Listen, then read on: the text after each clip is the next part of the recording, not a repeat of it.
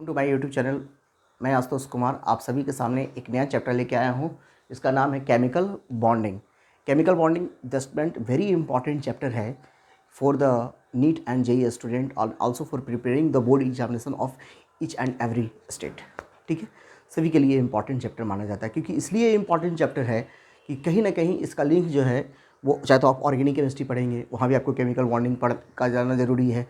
As for example hybridisation निकालना हो, sigma bond pi bond हो, ठीक है, बॉन्ड पैरामीटर का जाना जरूरी है, रेजोनेंस का जाना जरूरी है। ये सभी पार्ट हैं केमिकल बॉन्डिंग के। अगर हम नीट और जेईई के पॉइंट ऑफ व्यू से बात करें तो लेवल 4 MCQ क्वेश्चंस आपके आते हैं नीट और जेईई के एग्जामिनेशंस में। तो ओवरऑल काफ़ी इंपॉर्टेंट चैप्टर माना जाता है केमिकल बॉन्डिंग। तो आखिर केमिकल बॉन्डिंग होता क्या है, इसे हम समझते हैं अपनी ही भाषा में। ठीक है, अपनी भाषा करने का मतलब ये हुआ कि हम अपनी जनरल चीज़ों से हम इसको जोड़ते हैं केमिकल बॉन्डिंग को। केमिकल बॉन्डिंग अभी का समय है, कौन सा महीना चल रहा है? मई का महीना चल रहा है। काफ़ी ज़्यादा लगन है, शादी ब्याह काफ़ी ज़्यादा हो रहा है, मज़े से हो रही है शादी ब्याह। तो उसमें आप देखते होंगे एक वर पक्ष है, एक वधु पक्ष है, यानी एक लड़का है, लड़की है, दोनों की आपस में शादी होती है। दोनों की शादी होती है, मान लो ये M है और ये F है। क्लियर है? आपने मान लो मेल का यहाँ पे कुछ चीज़ें मेल का रखा, मान लो मेल का यहाँ पे रखा, और ये फीमेल का मान लीजिए फीमेल का चुनरी हो गई और मेल का धोती हो गया।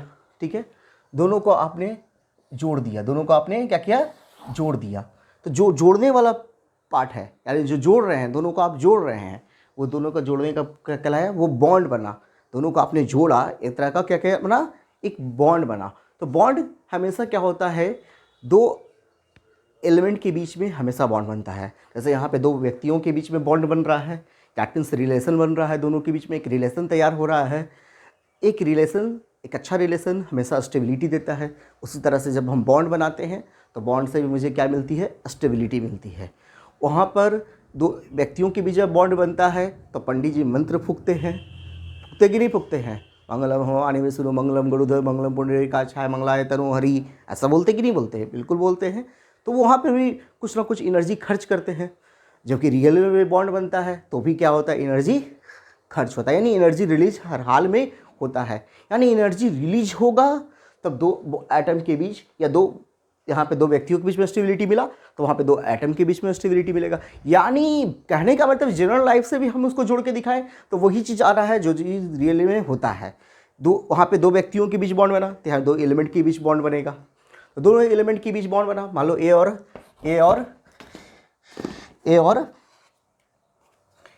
बी के बीच बॉन्ड बन रहा है, ए और बी के बीच बॉन्ड बन रहा है, दोनों एटम के बीच बॉन्ड बन रहा है। और फर्दर क्या बना? मॉलिक्यूल क्या बना? मान लो यहाँ पे ऐसे कर लेते हैं, ए और बी ले लिया और फर्दर क्या मॉलिक्यूल बना? ए बी बना। तो ये जो ए बी बन रहा है, ए बी बना, ए और बी के बीच में क्या हो रहा है? एक बॉन्ड बन रहा है। ए और बी के बीच में क्या बन रहा है? बॉन्ड बन रहा है। यानी ये ए जो है ये भी पहले क्या था? ये एटम है और बी भी क्या है? अकेला है, इसी कारण एटम है। एटम का मतलब याद रखना अकेला, ए फॉर अकेला, ए फॉर एटम। ठीक है, और ये हमारा क्या है? मॉलिक्यूल है। मॉलिक्यूल माने एम से मॉलिक्यूल, याद रखना, कुछ दिमाग नहीं लगाना है। एम से मॉलिक्यूल और एम से मिला हुआ है या नहीं है? मिला हुआ माने ए और बी मिल गया कि नहीं मिला? एम से मॉलिक्यूल, एम से मिला हुआ। जहां आपको मिला हुआ दिखे उसे आप नाम देंगे मॉलिक्यूल, और जहां आपको अकेला दिखे, ए फॉर एटम और ए फॉर अकेला, जो अकेला है वो एटम है और जो मिला हुआ है वो क्या है? हमारा मॉलिक्यूल है। तो ए बी क्या है? मॉलिक्यूल हो गया। जैसे CO2 मॉलिक्यूल है, H2O मॉलिक्यूल हो गया। जबकि कार्बन क्या है? एटम है। आ रहा बात समझ में? सोडियम क्या है? एटम है। क्लोरीन क्या है? एटम है। NaCl मॉलिक्यूल हो गया। तो कहने का मतलब क्या हुआ कि जो हमारा मिला हुआ मॉलिक्यूल, यानी जब हम मिलाते हैं दो एटम को आपस में मिला रहे हैं तो मिलाने के क्रम में क्या होता है? वहाँ पर एनर्जी क्या होता है? रिलीज होता है। एनर्जी रिलीज होता है। और दो एटम जब आपस में जुड़ते हैं उन दोनों के बीच एक फोर्स ऑफ अट्रैक्शन वर्क करता है। वो जो फोर्स ऑफ अट्रैक्शन है उसी फोर्स ऑफ अट्रैक्शन को नाम क्या दिया जाता है? Chemical bonding. तो याद रखना केमिकल बॉन्डिंग कुछ भी नहीं है, it is nothing but it is only force of attraction. जो फोर्स ऑफ अट्रैक्शन दो एटम के बीच वर्क कर रहा था उसी फोर्स ऑफ अट्रैक्शन को क्या नाम देते हैं? केमिकल बॉन्डिंग देते हैं। तो इसी केमिकल बॉन्डिंग को हम लोग पढ़ेंगे। उससे पहले हम केमिकल बॉन्डिंग के कुछ बेसिक टूल्स के बारे में जानते हैं। Basic tools for chemical bonding मैं साफ करता हूं, मेरे ख्याल से आप लोगों को समझ में आ गया होगा। दो एटम था, दोनों एटम पहले क्या था? अनस्टेबल था, और एटम स्टेबल होने के लिए क्या बनाया? बॉन्ड का फॉर्मेशन किया, यानी वो मॉलिक्यूल बनाया। और मॉलिक्यूल बना है तो उसको क्या हुआ? स्टेबिलिटी मिल गया। क्लियर है यहां तक? यानी एटम अपनी स्टेबिलिटी को लेने के लिए, अचीव करने के लिए वो क्या हुआ? आपस में मिला, दैट मीन्स मॉलिक्यूल बना। चलिए आगे बढ़ते हैं हम लोग।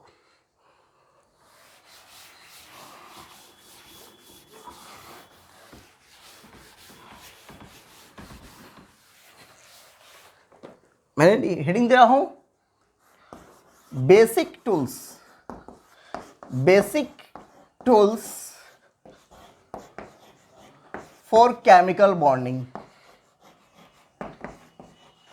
फॉर केमिकल बॉन्डिंग मैं भी कुछ टूल्स का नाम लिख रहा हूं और फिर एक एक करके मैं इसको डिस्कस करूंगा। पहला टूल्स है इलेक्ट्रॉनिक कॉन्फ़िगरेशन। इलेक्ट्रॉनिक कॉन्फ़िगरेशन सबसे इंपॉर्टेंट टूल है केमिकल बॉन्डिंग का। सेकंड है valence electron.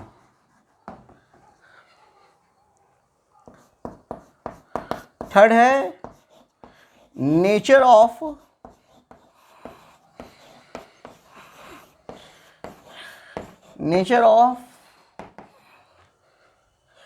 Electronic configuration.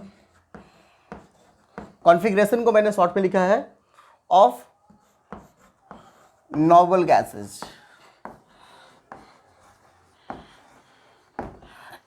Fourth है वैलेंसी। फिफ्थ है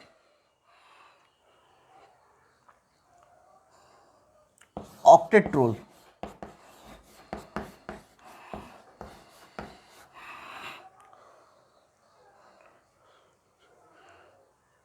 सिक्स्थ हुआ एक और है यहां पर identification of metal and non metal.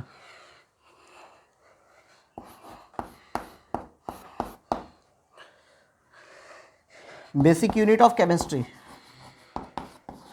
Basic unit of chemistry. And last is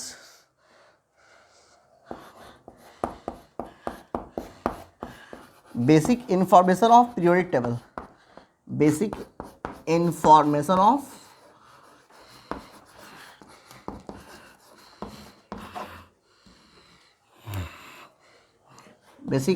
of periodic table।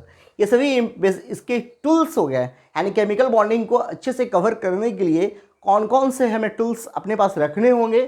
बिना टूल्स का आप कोई काम कर नहीं सकते हैं। तो पहला है इलेक्ट्रॉनिक कॉन्फ़िगरेशन जो जाके जानना बेहद ज़रूरी है। उसके बाद valence electron. Third nature of electronic configuration of noble gases. Fourth is valency, octet rule, identification of metal and metal. यानी मेटल एंड मेटल हम कैसे पहचान करेंगे, उसके आधार पे ही हमारा बहुत सारा बॉन्ड बनेगा। बेसिक यूनिट ऑफ केमिस्ट्री ये हमारा पहले हो जाएगा। ये टॉपिक जो है ना identification of metal and metal मैं पहले कर दूंगा, ठीक है। Basic unit of chemistry and last is basic information of periodic table. क्योंकि पीरियोडिक टेबल का चैप्टर का अटैचमेंट जो है ना वो केमिकल बॉन्डिंग्स में रहता है, के साथ हमेशा रहता है, इसीलिए थोड़ा पीरियोडिक टेबल का भी जाना जरूरी है। चलिए तो हम टाइम को वेस्ट बिल्कुल नहीं करना है। आगे हम लोग बढ़ते हैं फर्स्ट टर्म्स।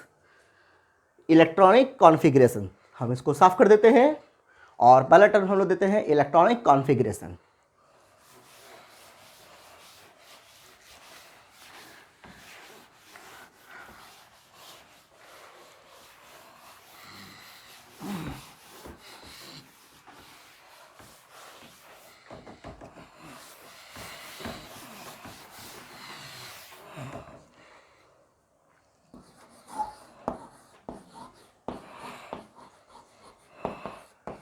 इलेक्ट्रॉनिक कॉन्फ़िगरेशन, देखो पहले ही बात है यार, इलेक्ट्रॉनिक कॉन्फ़िगरेशन होता क्या है समझेंगे अच्छे से। Electronic configuration that means electron को भरने की के अरेंजमेंट को, यानी इलेक्ट्रॉन के फिलिंग के बारे में जो बताता है उसको हम लोग नाम देते हैं इलेक्ट्रॉनिक कॉन्फ़िगरेशन। यानी आप जब इलेक्ट्रॉन को भरते हैं, जैसे आपके पास मान लो कोई एलिमेंट है, जैसे मान लो कार्बन है, कि कार्बन के पास कुछ ना कुछ इलेक्ट्रॉन्स होंगे। कितना होता है इलेक्ट्रॉन्स? 6 इलेक्ट्रॉन होते हैं, जिसे नाम देते हैं इसका एटॉमिक नंबर। एटॉमिक नंबर को इंडिकेट किससे किया जाता है? जेड से किया जाता है। पढ़े होंगे 10th क्लास में कि जेड यहाँ कितना हो गया? 6 हो गया। ठीक है, जेड अगर 6 है यानी इलेक्ट्रॉन कितना है यहाँ पर? इलेक्ट्रॉन कितना है? 6 है। ठीक है, जो एटॉमिक नंबर होता है वही इलेक्ट्रॉन का नंबर भी होता है, वही प्रोटॉन का नंबर भी होता है। पढ़े होंगे आप लोग, है ना, जब एटम न्यूट्रल हो तब। ये इलेक्ट्रॉन्स को हम डिस्ट्रीब्यूट करेंगे, यानी उसको अब बांटेंगे। तो आप जानते हैं कि एटम के पास इलेक्ट्रॉन आया, वो इलेक्ट्रॉन को क्या किया? डिस्ट्रीब्यूट किया। तो डिस्ट्रीब्यूट कैसे करेगा? अलग अलग सेल में करेगा, अलग अलग सेल में करेगा, और फिर सेल से कहाँ करेगा? सब सेल में करेगा। यानी पहले इलेक्ट्रॉन को कहाँ डिस्ट्रीब्यूट किया जाएगा? सेल में, और फिर सेल से क्या होगा? सब सेल में होगा। सेल क्या होता है? पढ़े होंगे आप लोग, किसी भी न्यूक्लियस के चारों ओर जो सर्कुलर पाथ होता है, किसी भी न्यूक्लियस के चारों ओर जो सर्कुलर पाथ होता है उसे नाम दिया जाता है सेल।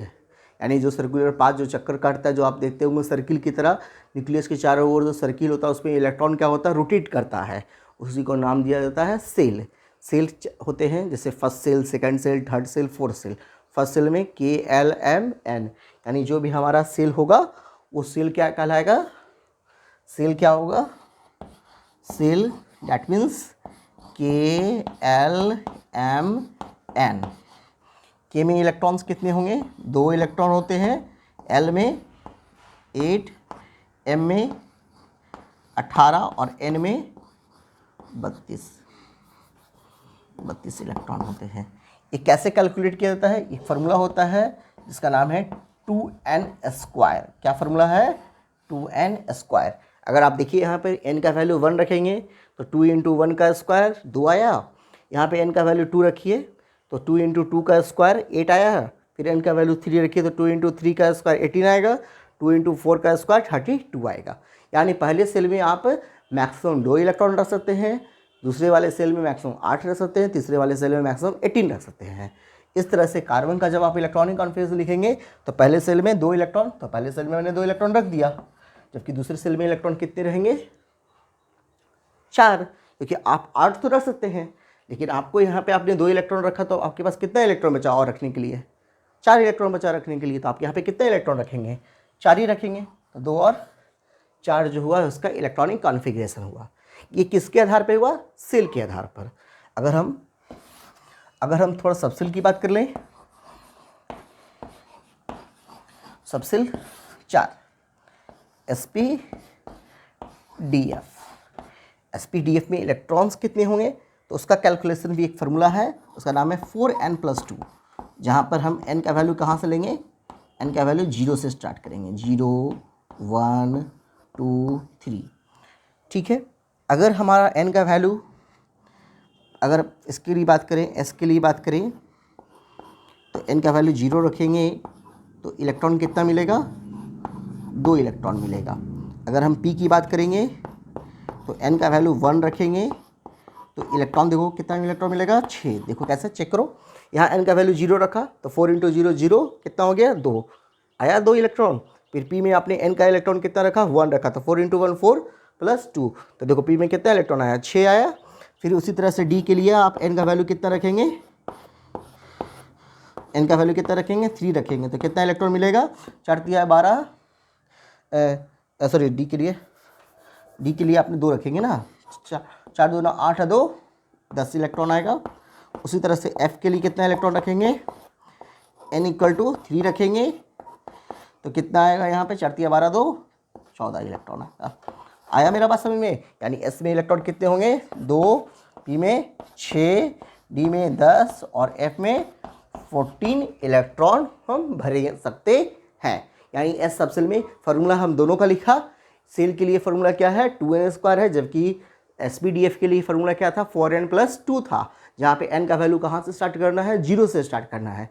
आपने एक बार 0 लिया तो 4 × 0 + 2 2 आया, 4 × 1 + 2 6 इलेक्ट्रॉन आया p सबसेल में। फिर उसके बाद आपने 2 लिया तो 4 × 2 + 2 10 इलेक्ट्रॉन आया, 4 × 3 + 2 14 इलेक्ट्रॉन आया f सबसेल के लिए। तो ये सेल और सबसेल के बारे में। अब सबसेल में आप इलेक्ट्रॉन कैसे लिखेंगे, उसका भी हमारे पास तरीका है, बहुत ही सुंदर तरीका है। आप सबसेल में इलेक्ट्रॉनिक कॉन्फ़िगरेशन भर सकते हैं। चलिए हम साफ करते हैं इसको। इतना बात मेरे समझ आ गया। यानी आप किसी भी एलिमेंट के इलेक्ट्रॉन को, जो यानी जो आपका एटॉमिक नंबर रहता है, उसके इलेक्ट्रॉन को जब आप डिस्ट्रीब्यूट करते हैं, वही आपका क्या कहलाता है, इलेक्ट्रॉनिक कॉन्फ़िगरेशन कहलाता है। चलिए हम साफ करने जा रहे हैं।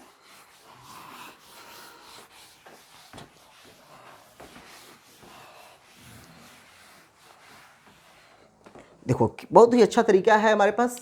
अगर आप लोगों को अच्छा लगेगा तो कम से कम लाइक ज़रूर करेंगे, है ना। देखिए इलेक्ट्रॉनिक कॉन्फ़िगरेशन लिखने का तरीका सबसेल में कैसे लिखेंगे वो हम आपको बताने जा रहे हैं। आप स्कूल गए, उसको आप 2 बार लिखेंगे। आप पब्लिक स्कूल को 2 बार लिखेंगे।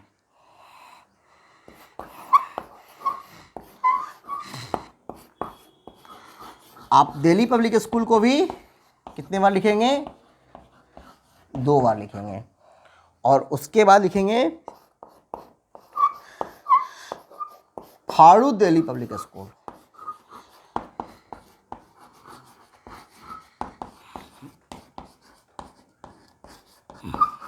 पहला टर्म है school school, public school, Delhi public school और फाड़ी दिल्ली पब्लिक स्कूल। देखिए कैसे हम कर रहे हैं, देखिएगा, समझेंगे अच्छे से। SS यानी स्कूल स्कूल, PS यानी public school, Delhi public school, और फिर एक टर्म आया आपके पास, एक टर्म आएगा, मिस्टेक हो गया बाबू थोड़ा सा, इसको फिर से हमको क्लियर करना पड़ेगा, जगह का थोड़ा दिक्कत हो गया। School school, public school, Delhi public school, मैंने सबको क्या कहा, देखिए सब 2 टाइम्स है, सब क्या है, 2 टाइम्स है। उसके बाद फाड़ू दिल्ली पब्लिक स्कूल,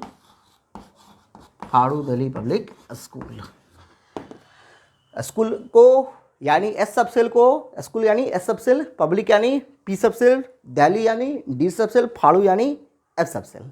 तो इसके लिए आप यहाँ पे नंबर देंगे 1, यानी एस सबसेल के लिए नंबर देंगे 1 2 3 और 4। अब देखिए आपका पूरा बन के तैयार। जहाँ जहाँ एस दिख रहा है उसके आगे से 2 बढ़ते चल जाएंगे, 1 के बाद 2 3 4। जहाँ आपको पी दिख रहा है, पी के बगल में कितना संख्या लिखा गया है, 2, तो जो अगला पी आएगा वो 3 हो जाएगा। यहाँ पे डी के बगल में कितना संख्या लिखी है, 3, यानी जो अगला डी आएगा वो 4 से शुरू होगा, है ना। ये यहाँ पे एफ के बगल में कितना लिखा है संख्या, 4, तो अगला जो एफ होगा वो क्या होगा, 5f। तो 1s के बाद क्या बना, 2s, 3s, 4s, 5s, 6s, 7s, 8s। ये 2p है, ये 3p, 4p, 5p, 6p, 7p। 3d के बाद 4d, 5d, 6d, 4f के बाद 5f। चलिए ये हमारा तरीका है इलेक्ट्रॉनिक कॉन्फ़िगरेशन लिखने का। तरीका भी आपको बताया है ना, कितना इलेक्ट्रॉन्स किस में होगा वो भी आपको पता है। एस सबसेल में आप 2 इलेक्ट्रॉन भरेंगे, पी में 6 भरेंगे, डी में 10 भरेंगे और एफ में 14 बनेंगे। School school, public school public school, Delhi public school Delhi public school, फाड़ू दिल्ली पब्लिक स्कूल फाड़ू दिल्ली पब्लिक स्कूल। एस के लिए 1, पी के लिए 2, डी के लिए 3 और एफ के लिए 4, बाकी तो आप बढ़ते चल जाएंगे। इसके आधार पर जब आप कॉन्फ़िगरेशन लिखने की कोशिश करेंगे, नाइट्रोजन का लिखेंगे तो कैसे लिखेंगे, पहले क्या आ रहा है आपके पास 1s आ रहा है तो आप 1s लिखेंगे और 1s में इलेक्ट्रॉन कितना भरेंगे, 2 भरेंगे। फिर क्या लिखेंगे 2s लिखेंगे और इलेक्ट्रॉन कितना भरेंगे, 2 भरेंगे। क्यों भरेंगे 2? क्योंकि अभी आप पढ़े हैं एस सबसेलुलर में एक्सेल में कितना इलेक्ट्रॉन भरते हैं, 2 भरते हैं, पीछे वाले किए थे। फिर उसके बाद 2s के बाद क्या आएगा, 2p आएगा। भाई आप कितना इलेक्ट्रॉन भरेंगे, आप भरने का तो आप भरते थे 6 तक भर सकते हैं, आप कितना तक भर सकते हैं, 6 तक भर सकते हैं, लेकिन भरेंगे आप कितना इलेक्ट्रॉन भरेंगे, भाई आप उतना ही इलेक्ट्रॉन भरेंगे जितना आपका ज़रूरत है। भाई आपका ज़रूरत तो आपने 4 इलेक्ट्रॉन भर दिया, अब आपका ज़रूरत कितने इलेक्ट्रॉन में पूरा हो रहा है, मात्र 3 इलेक्ट्रॉन में पूरा हो रहा है। आप 3 इलेक्ट्रॉन अगर पी में डाल देंगे तो देखो आपको क्या होगा, 4 और 3 7 हो जाएगा। तो आप पी में कितना इलेक्ट्रॉन भरेंगे, 3 भरेंगे। चलिए मेरे ख्याल से समझ में आ गया होगा। एक बात और, ये जितना भी हमने तरीका लिखा, यानी पहले आपका क्या आया, 1s आया, 2s आया, 2p आया, 3s आया, 3p आया, 4s आया, ये सभी जो लिखा गया है इलेक्ट्रॉनिक कॉन्फ़िगरेशन, ये इलेक्ट्रॉनिक कॉन्फ़िगरेशन जो है एक केमिस्ट्री में एक प्रिंसिपल पढ़ना है, ऑफ वाव प्रिंसिपल। मैंने नाम बोला, क्या बोला, ऑफ वाव प्रिंसिपल। फिर से मैं लिख रहा हूँ, बोर्ड पे लिख रहा हूँ, ऑफ वाव प्रिंसिपल। ये जो आपका इलेक्ट्रॉनिक कॉन्फ़िगरेशन है ये फुल्ली किस पे बेस्ड है, ऑफ वाव प्रिंसिपल पर बेस्ड है। ऑफ वाव प्रिंसिपल में क्या होता है कि लोअर एनर्जी पहले फील्ड अप होता है और higher energy last filled up होता है। मैंने क्या कहा, फिर से समझेंगे। ऑफ वाव प्रिंसिपल के अनुसार क्या होगा, lower energy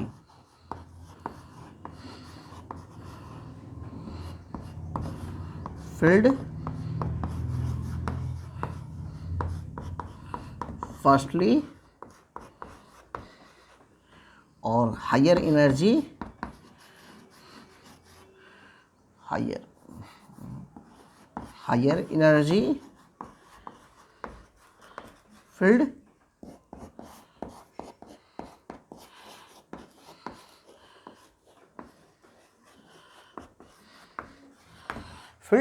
lastly. Lower energy को पहले फील्ड अप करेंगे और हायर एनर्जी को बाद में करेंगे। ठीक है, एक इसका फॉर्मूला भी होता है, अब वाव प्रिंसिपल का एक फार्मूला है, एक नाम है, फार्मूला क्या है, N+L। चलिए हम उसको थोड़ा सा डिटेल में बता देते हैं। मेरे ख्याल से इतना बात पहले समझ में आया होगा आप लोगों को। चलिए हम साफ़ करने जा रहे हैं इन सभी चीज़ों को। कोई दिक्कत किसी को? तो इलेक्ट्रॉनिक कॉन्फ़िगरेशन लिखना आसान, इलेक्ट्रॉनिक कॉन्फ़िगरेशन बना बेहद आसान। मेरे ख्याल से किसी भी बच्चे को इलेक्ट्रॉनिक कॉन्फ़िगरेशन लिखने में कोई दिक्कत नहीं होगा अगर आपके हाथ में स्कूल वाला फंडा आपके हाथ में है। तो अगर स्कूल वाला फंड आपके हाथ में है तो इलेक्ट्रॉनिक कॉन्फ़िगरेशन आप बेहद ही आसानी और मज़ेदार ढंग से लिख सकते हैं। चलिए आगे बढ़ते हैं।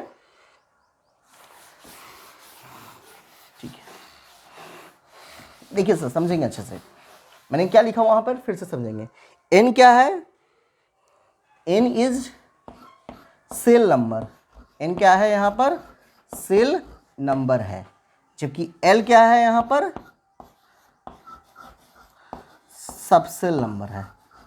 यानी अगर सबसेल की बात करेंगे तो कौन कौन सबसेल है, S P D F, और इस S के लिए L का वैल्यू 0 होता है, P के लिए 2। ये याद करने वाला फंडा है, बस ये आपको याद करना पड़ेगा। L के लिए, S के लिए L का वैल्यू 0, P के लिए 1 और D के लिए 2 और F के लिए 3, ये आपको याद रखना पड़ेगा। अब देखो यहाँ से तुम खुद जज करोगे। 1s के लिए N+L का वैल्यू रखो, 1s और 2s। तुम खुद बताना मुझे कि लोअर एनर्जी कौन है और हायर एनर्जी कौन है। देखना है यहाँ पर N+L यहाँ भी लगाइए और N+L यहाँ भी लगाइए फटाफट। N का वैल्यू कितना है, 1, और यहाँ देखो S का वैल्यू L के लिए 0, 1 + 0 कितना आया, 1।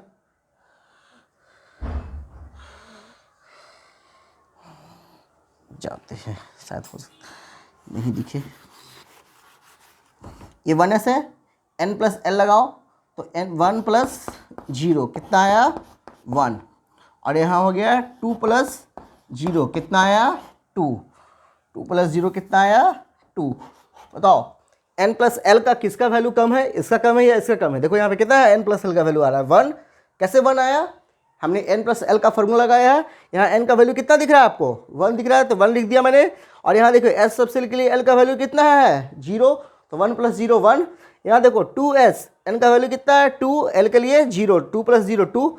यानी देखो यहाँ पर लोअर एनर्जी पहले और हायर एनर्जी बाद। मैंने क्या लिखा, लोअर एनर्जी फील्ड फर्स्टली और हायर एनर्जी फील्ड लास्टली। ऐसा है या नहीं है? ये जितने भी ऑर्बिटल भरे गए हैं सभी lower energy to higher energy क्या है, सभी ऑर्बिटल क्या है lower energy to higher energy है।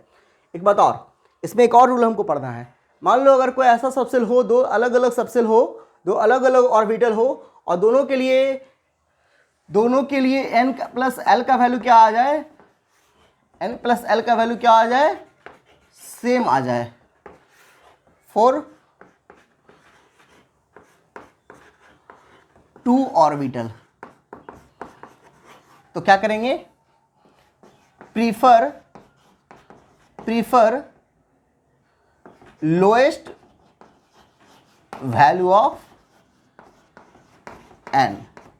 किसको प्रीफर देना है हमको, फिर लोएस्ट वैल्यू ऑफ n को प्रीफर देना है। चलिए इसको भी हम समझते हैं, पहले यहां तक इसको साफ कर देते हैं, उस सब कंसेप्ट को भी समझ लेते हैं।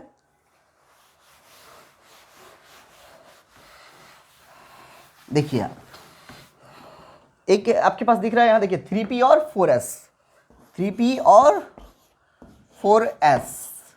देखिए यहाँ पे n + l यहाँ भी लगाओ और n + l का रूल यहाँ भी लगाओ। देखो यहाँ पे n का वैल्यू कितना दिख रहा है 3, और p के लिए l का वैल्यू कितना लिखा है अभी जस्ट 1। फिर यहाँ देखो n का वैल्यू कितना दिख रहा है 4, और s के लिए l का वैल्यू 0, और 3 और 1 4, 4 + 0 4। देखो दोनों का n + l का वैल्यू क्या आ रहा है, सेम आ रहा है। n + l का value same for 2 orbital, 2 orbital के लिए n + l का वैल्यू क्या आ रहा है, सेम आ रहा है। तो प्रीफर किसको करेंगे, इस लाइन को एकदम अंडरलाइन कर दो, प्रीफर किसको करेंगे lower value of n। Prefer क्या किसको करेंगे, लोअर वैल्यू ऑफ n। तो n का वैल्यू कहाँ कम है आपका 3p में कम है, तो इसी कारण अब 3p क्या होगा फील्ड फर्स्टली होगा। 3d यहाँ पे लोअर एनर्जी हो गया और 4s क्या हो गया हायर एनर्जी हो गया। तो देखो 3p पहले है 4s बाद में है। मेरे ख्याल से जो हम इलेक्ट्रॉनिक कॉन्फ़िगरेशन लिखा गया है वो फुल्ली किस पर बेस्ड है, आपका अबाव प्रिंसिपल बेस्ड है। अबाव प्रिंसिपल का फॉर्मूला क्या था, n + l था। चलिए आगे बढ़ते हैं।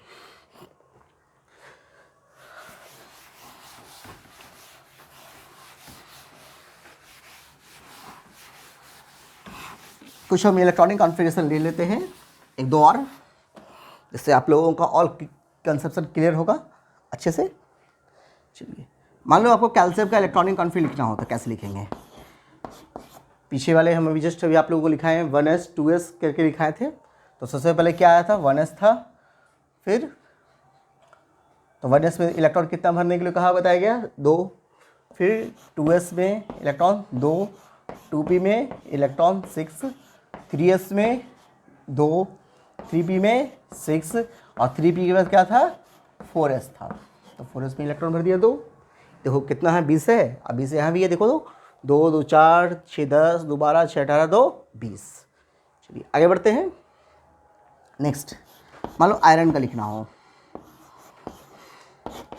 तो पहले क्या आएगा 1s है 2 2s2, उसके बाद क्या था 2p था, या नहीं भी याद है तो देखो यहाँ से कुछ नहीं टेंशन मत लो।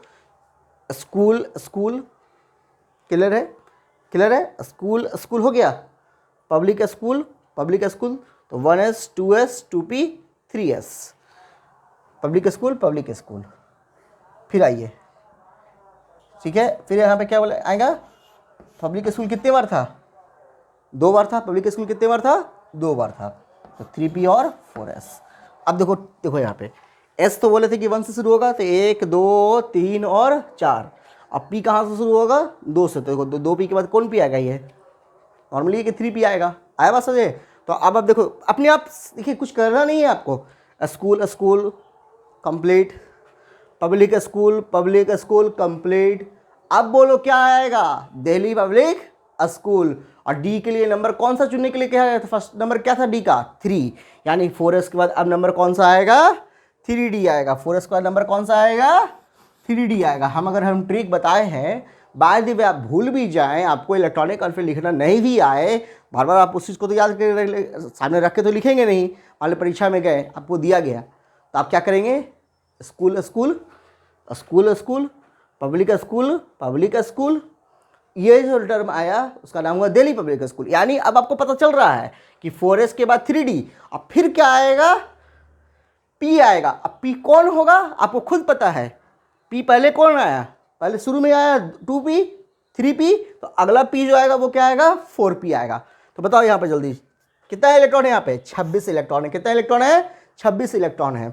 और आपने अभी तक कितना इलेक्ट्रॉन भरा?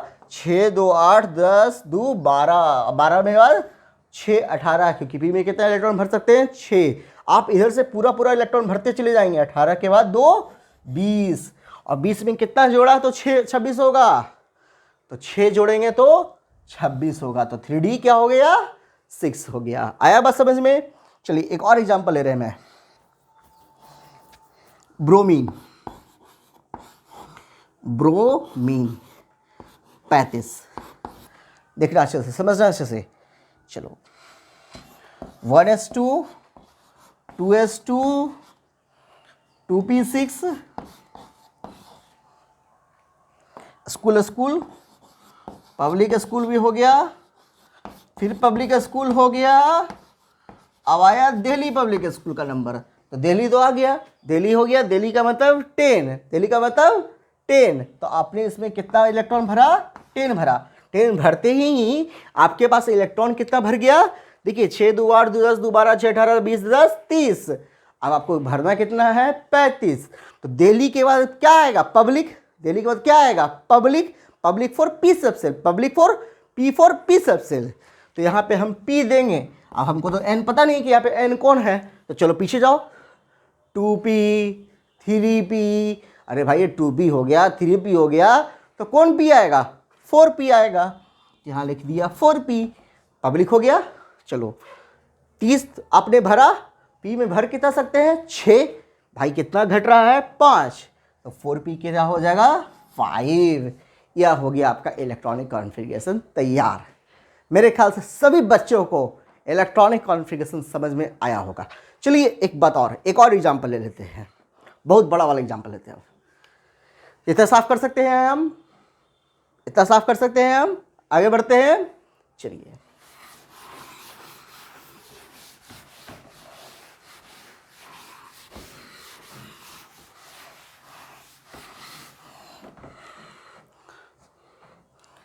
अब मान लो हमने एक लिया एलिमेंट जिसका Z इक्वल टू 115।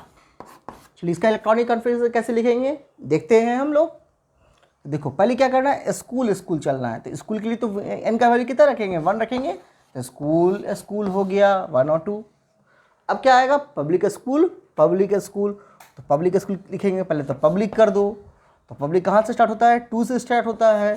फिर स्कूल आया तो फिर 3 से होगा, फिर पब्लिक आएगा और फिर स्कूल आएगा। तो पब्लिक के लिए फिर हम 3p देंगे और स्कूल के लिए 4s देंगे। देखो मैंने तब दे दिया, अब इलेक्ट्रॉन भर देते सब में। School school public school public school, तो स्कूल में 2 इलेक्ट्रॉन, पब्लिक में 6 इलेक्ट्रॉन, फिर स्कूल में 2 इलेक्ट्रॉन, पब्लिक में 6 इलेक्ट्रॉन, फिर स्कूल में 2 इलेक्ट्रॉन। पक्का? चलो अब क्या आएगा? आपने स्कूल स्कूल 2 बार चला, पब्लिक स्कूल 2 बार चला, तो अब कौन क्या चलेंगे? दिल्ली पब्लिक स्कूल चलेंगे, वो भी 2 बार आएगा। तो दिल्ली पब्लिक स्कूल, तो दिल्ली के लिए संख्या, डी के लिए 3d हो गया। ये देखो p कौन p आएगा? तो देखो 3p के बाद कौन p? 4p। 4s के बाद कौन s? 5s। अब भाई इलेक्ट्रॉन भर दो, क्योंकि तुमको तो 115 तक पहुंचना है, अभी बहुत लंबा यात्रा करना है। ठीक है, तो 3d के बाद क्या आएगा?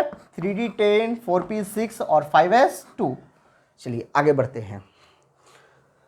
अब आया दिल्ली पब्लिक स्कूल भी हो गया 5s के बाद। अब आएगा, फिर आएगा 4d आएगा, अब फिर आएगा पब्लिक यानी 5p आएगा। 5P ना है। और फिर क्या आएगा, 6S आएगा। तो दिल्ली पब्लिक स्कूल, फिर हम डी में कितना इलेक्ट्रॉन भरेंगे, 10, पी में कितना भरेंगे, 6, और एस में कितना भरेंगे, 2। अब आया फाड़ू दिल्ली पब्लिक स्कूल, फाड़ू दिल्ली पब्लिक स्कूल, तो फाड़ू दिल्ली पब्लिक स्कूल, क्लियर है। तो फाड़ू के लिए, एफ के लिए नंबर ऑफ 4, और दिल्ली के लिए 3, और पी के लिए देखो, सॉरी 3 कहाँ से होगा, 3 कहाँ से, 3 कैसे, 3 के बाद देखो यहाँ पे 4D है ना, तो ये 5D हो जाएगा, ठीक है। अब ये कौन पी है, 5P, तो ये 6P, और ये 6S, तो ये 7S। तो अब देखो, सॉरी 6S के बाद, हाँ 7S सही है। चलो तो यहाँ पे देखो, F में कितना इलेक्ट्रॉन भरेंगे, 14, D में कितना भरेंगे, 10, P में कितना भरेंगे, 6, और S में कितना भरेंगे, 2। तो अब इलेक्ट्रॉन पहले काउंट कर लो, 6, 2, 8, 2, 10, 2, 12, 6, 18, 2, 20, 10, 30, 36, 2, 38, 38, 10, 48, 6, 54, 2, 56, 4, 60, 70, 80, 86, 2, 88। बहुत कम है, बहुत कम है अभी। चलो तो इसका मतलब है कि फाड़ू दिल्ली पब्लिक स्कूल एक बार और चलेगा। तो फिर फाड़ू आया, तो फाड़ू मने, फाड़ू कहाँ से स्टार्ट हुआ था, 4 से, तो अब की बार 5 हो जाएगा यहाँ पे। एफ में दे दो 14। अब दिल्ली आएगा, तो फिर डी आएगा, तो फिर डी के लिए कितना संख्या रखोगे, एक बार 3 रखा, फिर तुम 4 रखा, फिर 5 रखा, तो फिर कितना रखेगा, 6 रखेगा। फिर क्या आएगा, 7P। चलो स्कूल भी आएगा क्या, लिख देते हैं, स्कूल भी कर देते हैं, फाड़ू दिल्ली पब्लिक स्कूल कर देते हैं। सॉरी 8S नहीं होगा, 8S होगा यहाँ पे, 8S होगा, 8S। चलो डी में इलेक्ट्रॉन भरो 10। अब एक बार जोड़ दो, एक बार जोड़ दो, 6, 2, 8, 2, 10, 2, 12, 6, 18, 20, 10, 30, 36, 2, 38, 38, 10, 48, 6, 54, 54, 2, 56, 56, 4, 60, 70, 70, 80, 86, 88, 88, 4, 92, और 102, 112। देखो भाई 112, यहाँ कितना है, 115, यानी तुम्हारा 7P में 3 इलेक्ट्रॉन भरे तो तुम्हारा काम हो गया, यानी 8S का कोई ज़रूरत यहाँ पर नहीं है, तो इसको हटा दो। तो मेरा काम सिर्फ फाड़ू दिल्ली पब्लिक तक ही था, स्कूल का ज़रूरत नहीं पड़ा। इस तरह से आपके इस फंडे से, इलेक्ट्रॉनिक कॉन्फ़िगरेशन के इस रूल से, ट्रिक से आप कहाँ तक बनाए, 15। और एलिमेंट कितना तक है, बोलो जल्दी से, जेड कितना है, 118।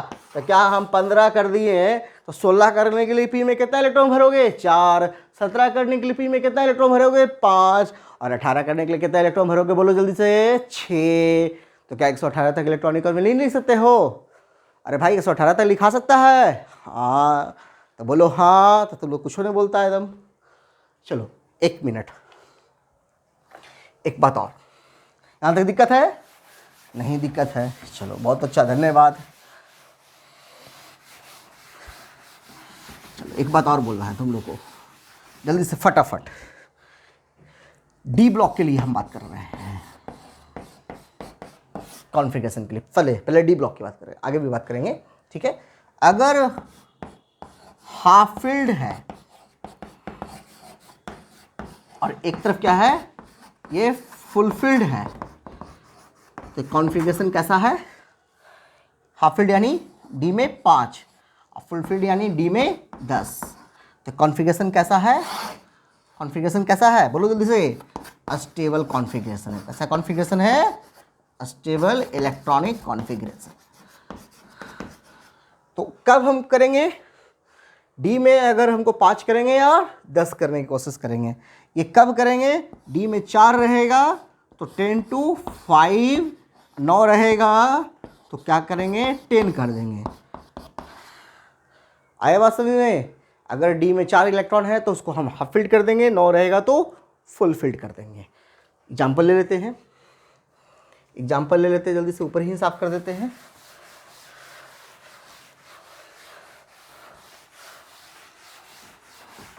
देखिए मान लो आपने लिया chromium 24, 1s2, 2s2, 2p6, 3s2, 3p6 4s2। अब देखो 20 हो गया, कितने इलेक्ट्रॉन भरेंगे? 4। वही फंडा है, school school public school Delhi पे उसे ही भरेंगे हम लोग। देखो डी में कितना इलेक्ट्रॉन है? 4। तो अब हम इसको क्या करेंगे? 5 करेंगे, क्योंकि ये हाफ फील्ड होगा। हाफ फील्ड होगा तो कैसा कॉन्फ़िगरेशन होगा? स्टेबल कॉन्फ़िगरेशन होगा। यानी जहां आपको 4 दिखेगा, जहां आपको ये 4 दिखेगा, ये संख्या नहीं देखना है कि बगल में 3 है। वो 3 रहे, 4 रहे, 5 रहे, कोई भी सेल रहे, सेल पे नहीं जाना है आपको। डी के ऑर्बिटल में इलेक्ट्रॉन देखना है कि डी के ऑर्बिटल में कितना इलेक्ट्रॉन आएगा। 4 रहेगा और 9 रहेगा तभी कुछ करना। तो यहाँ 4 है, कर दो। 4 को क्या करोगे? 5। तो 4 को 5 कैसे करोगे? तो एस से एक इलेक्ट्रॉन भेजोगे डी में, तो 4s1 3d5 हो जाएगा। तो कॉन्फ़िगरेशन क्या बनेगा? बोलो जल्दी से फटाफट, पीछे वाला लिख दो जल्दी से। 3s2 2p6 2s2 और 1s2। तो कॉन्फ़िगरेशन क्या बना? 1s2 2s2 2p6 3s2 3p6 4s1 और 3d5। कॉन्फ़िगरेशन तैयार।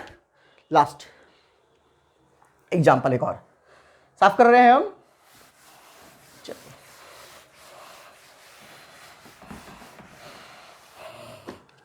मान लो कॉपर का कॉन्फ़िगरेशन लिख रहे हो। 1s2 2s2 2p6 3s2 3p6 4s2 और 3d कितना भरोगे? 29। 9 भरोगे तो ना 29 होगा। तो डी में कितना आया? 9। अब इसको क्या करना है? फुलफिल्ड करना है। अपने को क्या करना है? फुलफिल्ड करना है। तो फुलफिल्ड करने के लिए क्या करोगे? एक इलेक्ट्रॉन यहाँ से दोगे। तो कॉन्फ़िगरेशन क्या बना? 4s1 3d10।